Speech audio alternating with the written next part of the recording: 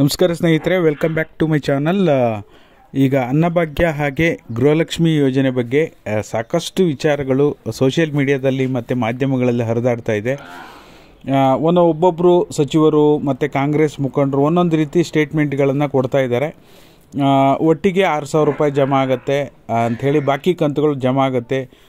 ಇದ್ರ ಬಗ್ಗೆನೂ ಕೂಡ ಒಂದು ಕ್ಲಾರಿಟಿ ಇದೆ, ಮುಖ್ಯವಾದ ಮಾಹಿತಿ ಇದೆ, ಖಂಡಿತವಾಗ್ಲೂ ತಿಳಿಸ್ಕೊಡ್ತೀನಿ.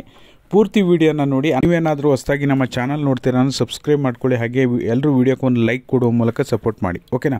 ಮೊದಲನೇದಾಗಿ ನೀವು ಸ್ಕ್ರೀನಲ್ಲಿ ನೋಡ್ತಾ ಇರ್ಬೋದು, ಅಕ್ಟೋಬರ್ ತಿಂಗಳ ಅನ್ನಭಾಗ್ಯ ಹಣ ಈಗ ಆಲ್ರೆಡಿ ಬಿಡುಗಡೆ ಆರಂಭ ಆಗಿದೆ. ಸಾಕಷ್ಟು ಜನ ಪ್ರೂಫ್ಗಳನ್ನು ಕೂಡ ಕಳಿಸಿದ್ದಾರೆ. ನಿಮಗೂ ಕೂಡ ಪ್ರೂಫ್ ಸಮೇತ ನಾನು ಲೈವ್ ಮಾಡಿ ಕೂಡ ತೋರಿಸಿದ್ದೀನಿ, ಯಾವುದೇ ಡೌಟ್ ಇಲ್ಲ. ಜಮಾ ಆಗಲಿಕ್ಕೆ ಶುರುವಾಗಿದೆ. ಸೆಪ್ಟೆಂಬರ್ ಹಾಗಾದರೆ ಕಂಪ್ಲೀಟಾಗಿ ಎಲ್ರಿಗೂ ಜಮಾ ಆಯಿತಾ ಅಂತ ನೋಡೋದಕ್ಕೆ ಹೋದರೆ ಖಂಡಿತವಾಗ್ಲೂ ಇಲ್ಲ. ಸೆಪ್ಟೆಂಬರ್ ಹಣನೂ ಕೂಡ ಜಮಾ ಆಗ್ತಾಯಿದೆ, ಅಕ್ಟೋಬರ್ ಹಣ ಕೂಡ ಜಮಾ ಆಗ್ತಾಯಿದೆ. ಕೆಲವೊಬ್ಬೊಬ್ಬರಿಗೆ ಒಂದೊಂದು ದಿನ ಡಿಫ್ರೆನ್ಸಲ್ಲಿ ಹಣ ಜಮಾ ಆಗ್ತಾಯಿದೆ. ಒಂದೇ ದಿನವೂ ಕೂಡ 2 ಕಂತುಗಳು ಒಂದೇ ದಿನ ಜಮಾ ಆಗ್ತಾಯಿದೆ, ಓಕೆನಾ. ಬಟ್ ಅನ್ನಭಾಗ್ಯ ಇರ್ಬೋದು, ಗೃಹಲಕ್ಷ್ಮಿ ಆಗಿರ್ಬೋದು, ಎರಡೂ ಯಾವುದೇ ಕಂತು ಬರೋದಾದರೂ ಸಹ ನಿಮಗೆ ಒಟ್ಟಿಗೆ ಮರ್ಜ್ ಆಗಿ ಬರೋದಿಲ್ಲ, ಓಕೆನಾ. ಈಗ 6,000 ಬರಬೇಕು ಅಂದರೆ ಒಟ್ಟಿಗೆ 6,000 ಬರೋದಿಲ್ಲ. ಅದನ್ನು ಸ್ಪ್ಲಿಟ್ ಮಾಡಿ 2,000 ರೂಪಾಯಿ ಅಂತ ಹೇಳಿ 1 ವಾರ ಅಥವಾ 2 ವಾರ ಡಿಫ್ರೆನ್ಸಲ್ಲೇ ಹಣ ಜಮಾ ಮಾಡ್ತಾರೆ. ಮುಖ್ಯಮಂತ್ರಿಗಳಾದ DCM DK ಶಿವಕುಮಾರ್ ಅವರು ಹೇಳಿರೋ ಪ್ರಕಾರ ಏನು ಬಾಕಿ ಇದೆ 3-4 ಕಂತುಗಳು, ಸರ್ಕಾರದಿಂದ ಕೆಲವೊಂದು ಅಮೌಂಟ್ ಕಲೆಕ್ಷನ್ ಆಗಬೇಕಾಗಿರುತ್ತೆ. ಕಲೆಕ್ಷನ್ ಆದ ತಕ್ಷಣ ನಾವು ಬಿಡುಗಡೆ ಮಾಡ್ತೀವಿ. ಸರ್ಕಾರದಲ್ಲಿ ಯಾವುದೇ ರೀತಿ ಆರ್ಥಿಕ ಹೊರೆ ಯಾವುದೂ ಇಲ್ಲ, ಆರ್ಥಿಕವಾಗಿ ಸರ್ಕಾರಕ್ಕೆ ಯಾವುದೇ ನಷ್ಟ ಇಲ್ಲ. ಖಂಡಿತವಾಗ್ಲೂ ಹಣ ಬಿಡುಗಡೆ ಮಾಡ್ತೀವಿ.